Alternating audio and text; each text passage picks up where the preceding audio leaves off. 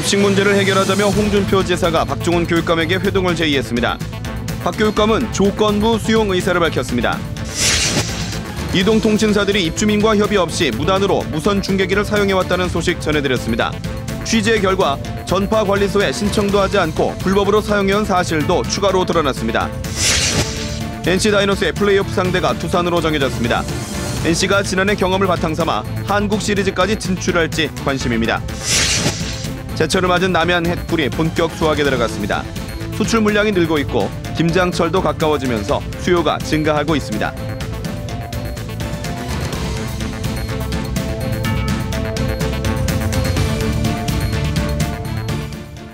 안녕하십니까. 이어서 경남 소식입니다. 경남 최대 현안인 학교급식 문제를 해결하자며 홍준표 지사가 박종훈 교육감에게 회동을 제의했습니다. 박 교육감은 만나지 못할 이유는 없지만 진정성을 확인하겠다며 조건부 수용 의사를 밝혔습니다. 천연수 기자의 보도입니다. 홍준표 경남지사가 박종훈 교육감에게 전격 회동을 제안했습니다. 1년 가까이 논쟁을 이어온 학교급식 문제를 두 수장이 만나 타결하자는 것입니다. 홍 지사는 회동 시기는 도교육청이 대입 수능 시험에 전념할 수 있도록 하기 위해 수능 이후로 제안했습니다. 대입 수능 이후에 교육감을 만나 총체적으로 협의하겠다. 홍 지사는 회동에서 경상남도와 시군이 학교급식에 지원할 예산을 주요 의제로 올릴 계획입니다. 305억 원으로 정한 급식 지원 예산을 조정할 수도 있다는 것입니다. 그동안 지원한 급식 예산 3,040억 원에 대한 경상남도의 도교육청 감사 문제도 핵심 안건입니다. 회동 결과에 따라 1년 가까이 끌어온 학교급식 지원 갈등을 타결할 수 있습니다. 박종훈 교육감은 회동 제의에 보도자료를 통해 홍 지사 측의 진정성이 확인된다면 만나겠다는 조건부 수용 의사를 밝혔습니다.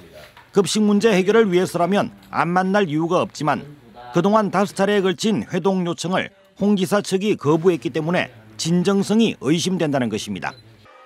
양측의 팽팽한 신경전 속에 경남을 뒤흔들고 있는 학교급식 문제가 신락 같은 해결의 실마리를 찾았습니다. KBS 뉴스 전현수입니다. 이동통신사들이 한동안 무단으로 아파트 시설을 점유해 무선 중계기를 운용했다는 소식 전해드렸는데요. KBS 취재 결과 통신사들은 전파관리소에 중계기 준공 신청도 하지 않고 불법으로 운영했습니다. 김준원 기자가 취재했습니다. 13개 동 800가구 규모의 새 아파트입니다. 입주는 지난해 9월 시작했지만 이동통신 3사는 그보다 앞서 아파트에 중계기 10대를 설치했습니다. 하지만 올해 3월까지 임대료와 전기세를 내지 않은 점이 드러나 주민의 항의가 이어졌습니다. 동의를 구해가지고 절차적으로 가야 되는데 이거는 까맣게 몇 개월 있다가 역으로 입주민이 말로 이의를 제기했을 때 게다가 KBS 취재 결과 이동통신사들은 중계기를 운영하면서 전파법도 어긴 것으로 드러났습니다. 중계기는 준공 신청을 한 뒤 사용해야 하지만 이동통신사는 준공 신청도 하지 않고 최대 10개월 동안 불법으로 중계기를 운용했던 겁니다. 전파 무선국 사용의 질서를 갖다가 바로잡고 그다음에 이제 다른 혼신이라든지 이런 것들을 예방하기 위해 가지고 사전 준공 검사라든지 그다음에 검사를 받기 위해서 신청을 하고 나면은 해야만이 된다는 거죠. 하지만 이동통신사들은 고의는 없었다는 입장입니다. 그 아파트만 있는 게 아니고 전국에 시설이 보통 동시에 이렇게 이제 들어가야 되고요. 그렇게 이제 하다 보니까 전파관리소는 이동통신 3사를 전파법 위반 혐의로 행정처분을 검토하고 있습니다. KBS 뉴스 김준원입니다. 프로야구 NC 다이노스의 플레이오프 상대가 두산으로 정해졌습니다. NC가 지난해 준 플레이오프와의 고배를 경험 삼아 한국 시리즈까지 진출할 수 있을지 관심이 모이고 있습니다. 오종호 기자의 보도입니다. 정규리그 2위로 첫 플레이오프에 직행한 NC의 상대는 만만치 않은 두산입니다. NC와 두산은 정규리그에서 8승 8패로 팽팽했습니다.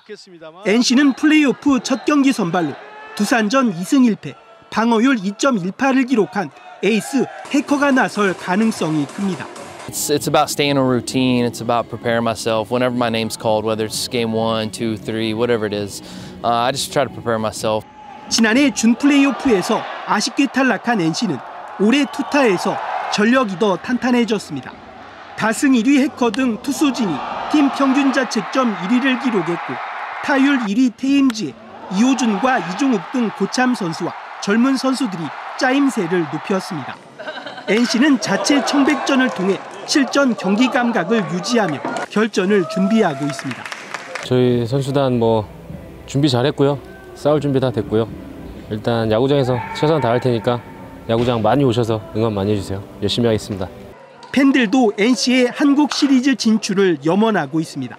NC 다이노스가 한국 시리즈 꼭 가서 삼성 라이온즈를 이기고 이번 연도에는 꼭 1위를 했으면 좋겠습니다. NC 화이팅! NC와 두산의 플레이오프 1차전 오는 18일 마산 야구장에서 열립니다. KBS 뉴스 오종우입니다. 찬바람이 불기 시작하는 요즘 제철을 맞은 남해안 햇꿀 수확이 본격적으로 시작됐습니다.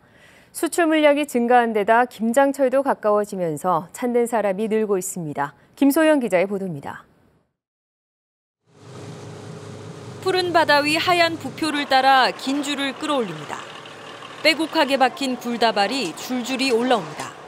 1년 넘게 청정 남해바다 속에서 잘 여문 굴들이 뗏목 가득 쌓여갑니다. 올해는 전반적으로 태풍 배도 그렇게 많이 없고요.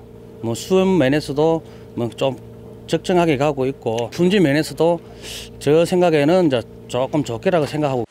청정 남해안의 햇꿀 수확이 본격 시작됐습니다. 갔다 온 굴은 그물째 옮겨져 수작업으로 껍데기와 살을 분리합니다. 우윳빛깔 남해안 굴은 특유의 신선한 향이 일품입니다.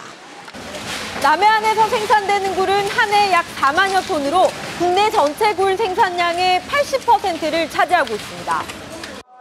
굴 수협도 첫 경매를 열고 본격 위판에 들어갔습니다.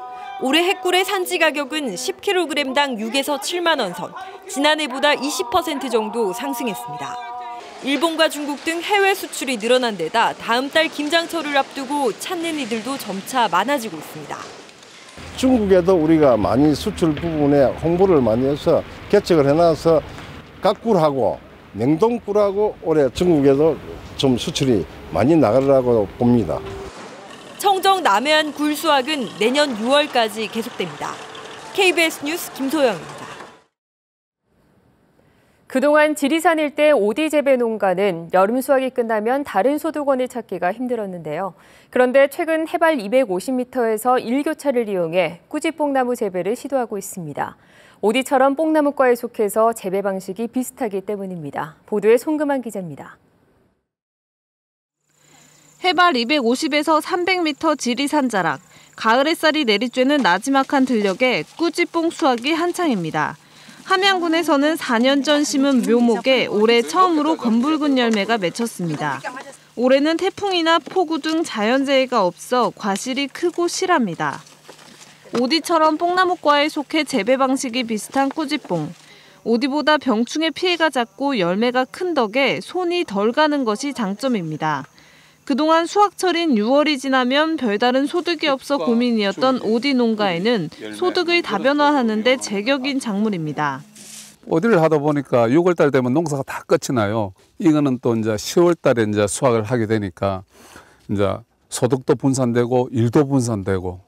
기능성 식품으로 알려져 1kg당 가격이 안정적으로 유지되는 것도 뽕나무과 작물의 큰 장점입니다. 열매도 지금 참 맛이 좋고 괜찮은데 잎도 차를 만들 수 있고요. 가지도 또 뿌리도 전체적으로 다 쓸 수 있는 거라서 버릴 게 하나도 없어요. 현재 함양군에서 오디를 재배하는 농가는 모두 49곳. 특용 작물은 소비자 반응이 좋은 장점과 함께 갑작스러운 시장 변화에 대응하기 힘든 단점이 공존합니다. 이런 한계를 극복하기 위한 특용 작물 재배 농가의 소득 다변화 노력이 활발해질 전망입니다. KBS 뉴스 송금환입니다.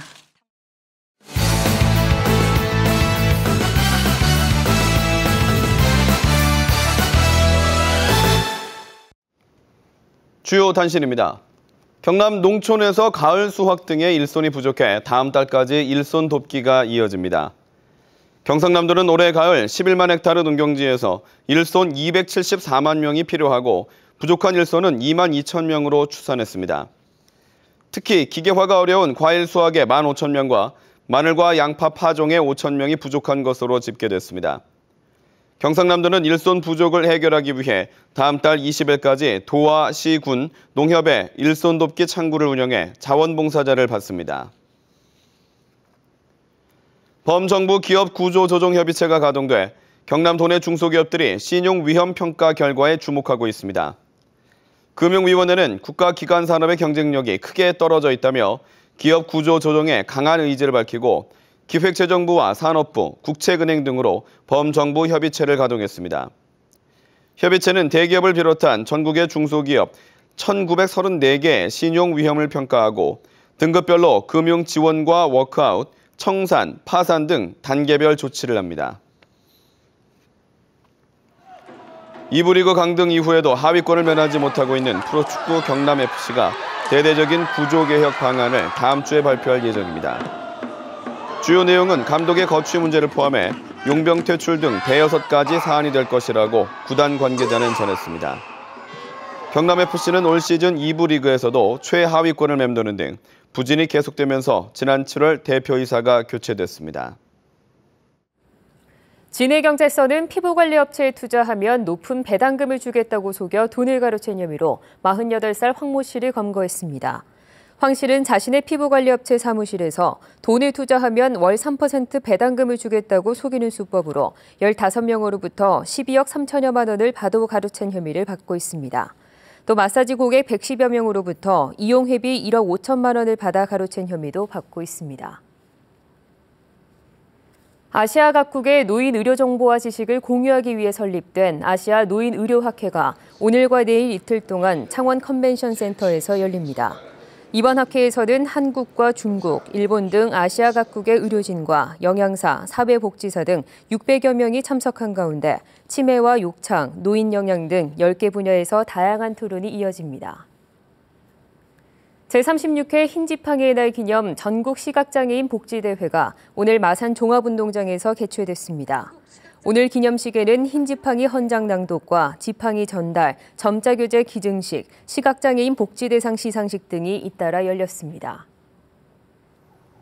경남 소식이었습니다.